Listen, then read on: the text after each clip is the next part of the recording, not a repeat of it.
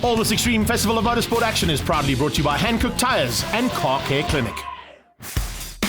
We head to Red Star Raceway for the first round of the regional categories in the Extreme Festival. And what a field of cars come into play here at the 4-kilometre Red Star Raceway. We're going anti-clockwise. There are 13 turns to negotiate, and it's a very tricky circuit this way around. Temperature's ideal, but the wind is picking up and there's potentially a bit of rain coming a bit later on. We'll wait and see if that's going to affect any of the day's racing. It certainly hasn't affected the crowds coming out to enjoy themselves here at the first round of the Extreme Festival. We start with the Car Care Clinic 111 GT Sports and Saloons. And yes, GT is a brand new format that's been included into the Car Care Clinic 111s for this season. And Dave is down in pit lane with Wouter Roos to take us through all the new changes and some new cars joining this category. Greg, as we cross to the 111s, you probably are aware, but there's some changes going into this category. Wouter is going to tell us all about it. Because Wouter, you've got a whole new type of category to cater for more cars right now. Yes, we got a request last year from some of the guys racing in 111, Extreme Supercars, BMW Car Club, and in MPC, for an opportunity for other guys to race on Extreme Festival days as well. So another club was created called GT Sports and Saloons. It's based on a breakout of 1 minute 8 seconds at Swartkops, and then 3 seconds quicker at all the other tracks compared to what 111 is. So there is no change to 111, but it gives the faster guys the opportunity to also come and join us on Extreme Festival days. Wouter, thanks very much for that info. We wish you all of the very best with that. Greg, back to you at the commentary booth, and don't forget to mention these faster guys. A welcome return for a very fast guy there, Ryan Quanshire. He'll be looking to take on Adrian Dalton and Valdo Swiggers in his category today, which is Class A. We've got Class B, D, E, X, and the GT class at the front end. As you can see, a big array of cars. One man looking to take the Class B and overall championships will be Wayne Lebotsky in the Shield Golf 1. Well, listen, the first thing is just to keep it on the black stuff as a start. That'll be a good start to the season. The Shield Golf, we've put a lot of effort into getting it right for this season. Last year we came up a little bit short, had a couple of bumps along the way, but 2020, hopefully it's the year. Let's see how we do in Class B, and just try to keep it consistent and stay out of trouble. So Greg, the 111s, are they lining up on the grid as we speak? They'll have a rolling start because most of these cars have got too much power for their gearboxes and clutches. So what's going to happen? They're going to go around now, do that rolling start, and we'll pick up on the action. Greg, standing by for you to take over as they do that rolling start. Lights about to go off, and as they go down towards turn number 1, expect big action as they go there. Oh, fantastic start. Andre De Lange on the inside. Can he just get the inside line and into turn 1? Yes, he can. Whole shot there for De Lange, and right on his tail, it's Wouter Roos. A fantastic start from Louis Kluti, and he is going to be a man to watch out for. Another man coming through the field will be in that Pretoria Note Toyota Lexus, and Besaidnote is a very, very talented driver as they head down the main straight for the first time. Oh, here comes Wouter, late on the brakes, trying to get through. Can he find a way past? Yes, he can. Getting onto the inside line of Louis Kluti, and the Car Care Clinic GTI going side by side with that stock standard Volkswagen Beetle. As the race got into the thick of it, the battle would resume, but unfortunately right at the start there, it was De Lange who pulled to the sideline, and he'd be out of this one.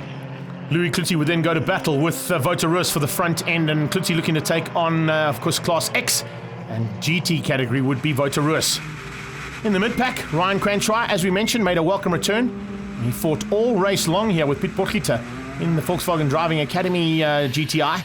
Potgieter just having a little bit of manoeuvre there to try and avoid the Z4 coming through from Trans-Africa Racing. And Nathan's Motorsport prepping this Polo that he's in and looking pretty tasty from the word go. This will be a battle that'll probably rage all the way through.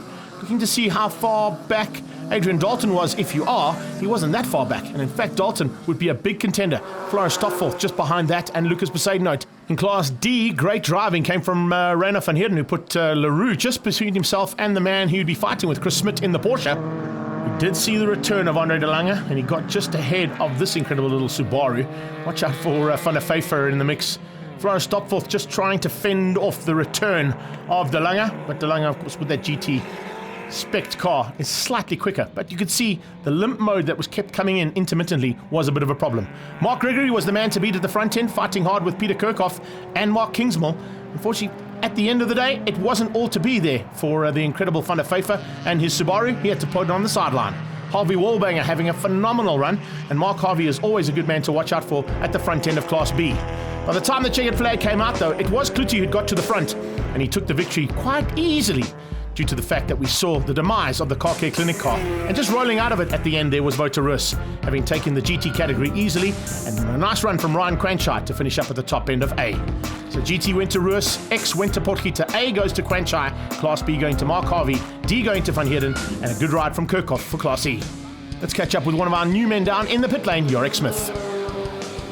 Building up a little car for 3 or 4 years, and was dying to get back on the track, and this class is suited to this car, so going to try and build it up and then work my way up here in 111 class. Originally I was building a car, and I saw this, thought this might be a donor car, but I ended up using this as my race car, a lot better suited, and it's been a magical day out on the track with it, so I definitely can't complain. Is it a strongman competition out there, or is it 111 GT Sports and Saloons? Andre Lange, you can tell us about that, but just to mention how the rules work, 111 is 1 minute 11 around Swartkops with the new GT class. It's a 108 that is now going to be adjusted at all the circuits we visit with the Car Care Clinic, 111 GT Sports and Saloons. And those adjustments have been made. Louis Kluti was caught just to be out of those allotted times, so he'll be watching not to break out for the second heat here as we get going and head down towards turn 1. A great start came from Kluti yet again, but as always, Wouter Roos is a tough man to beat into turn 1 and held on for the whole shot. De Lange right there with him, and a little battle about to ensue there between the Ford and the 2 Volkswagen products alongside him. Mark Gregory would go at it yet again for Class C honours, but he would be pushed hard, and it's going to be a real tough day in the saddle there for Team Gregory. Great to see Yorick Smith with an improving car as he got to grips with 111s for the very first time. But at the front end, it was a bit of a battle that opened up right from the word go. And, well, it was Wouter Roos who seemed to have a little bit of an issue right at the start and pulled to the sideline, allowing both of his usual contenders to get through on him. And it was now De Lange to lead things out ahead of the hard charge that would come from Louis Kluti. Could he go to the front again and beat out the Ford Focus? This little Beetle has got some incredible parts from all around the world that have been thrown into it. And yeah, we do have a little bit of a joke saying it's a stock standard one, but it actually isn't. It is a very highly modified machine. And in 111 Sports and Saloons, it's a very competitive car. Great battles as Wouter Roos pulls to the sideline and out of this one with a bit of an issue. And then it was Ryan Quanchai resuming yet again there with Piet Potgieter. Trans-Africa Racing versus the Nathan's Motorsport Polo. Great opportunity to see the chopping and changing that could happen here, and always does at Red Star Raceway, with the amount of track to play on, and of course with the amount of cars playing on it. Nice little battle as well, as Josh Veyers became a big contender for the potential Class X victory. And we mentioned and spoke to Wayne Lebotsky. He's looking for a chance to win out Class B, and he's pushing hard right from the word go to keep out Mark Harvey Wallbanger. Yorick Smith, as I mentioned, had a fantastic run in the second heat, and Frans Stopforth unfortunately didn't, as he had to pull into pit lane and out of contention for race 2. Checkered flag was out though, and a great run to the line and a massive return for Andre De Lange to 111 Sports and Saloons in a new car that certainly looks like it's got the potential to win out GT. Class X went to Piet Potgieter as he comes across the line. He was quite a long way up the road from Josh Veyers and Maurits Leroux. Some great dicing through the pack as well, that eventually saw Andre De Lange taking Class GT ahead of Louis Kluti. It was Class X going to Piet Potgieter. A good drive from Lebotsky to take Class B. Van Heerden takes Class D, and Gregory taking Class E.